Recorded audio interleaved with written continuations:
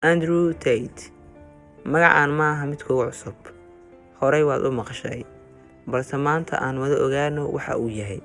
Andrew Tate waxa uu u dhashay dalka Mareykanka, waxa uuna ku dhashay magaalada Washington DC 14 Diseembar 1986.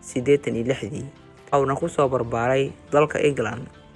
Andrew Tate ayaa ahaa nin kickboxing-ka aad u dheeli jiray, heerar caalami ahna ka gaaray.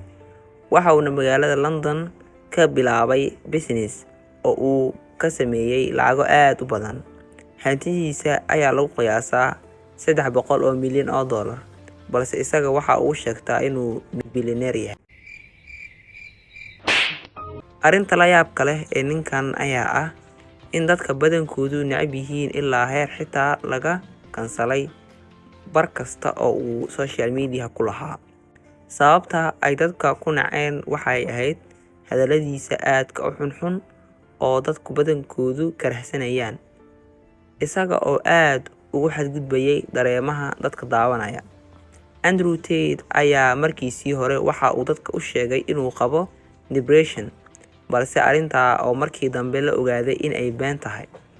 Twitter-ka ayaa 3 jeer laga xanibay intii lagu guda jiray sanadii 2021, isaga oo marar badan furtay ciwaano cusub. Hadallada ay dadku dhibsadeen waxaa ka mid ahaa inuu gabdhaha aad u dhaleeceyn jiray, isaga oo sheegay in gabdhaha ay guryaha kaliya ku okaadaan, ayna gaari wadi karin, xilal qaban karin, isaga oo na sheegay in dumarku yihiin noole kaliya oo loo uumay ragga lana siiyay. Andrew Tate ayaa bulshada kala gamban jirin hadalladiisa aadka u xunxun ee dadku ka xishoodaan.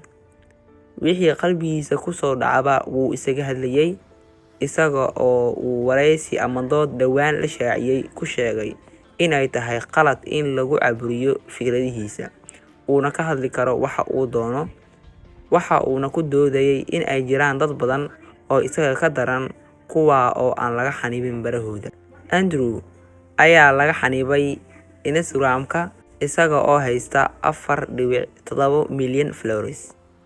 Sidoo kale TikTok hashtag magaciisa kor ayuu u dhaafay 17 bilyan oo views, isagoo aad ay dadku u hadalhayeen bilihii dambe oo dadka badankoodu ku report gareynayeen hate speech.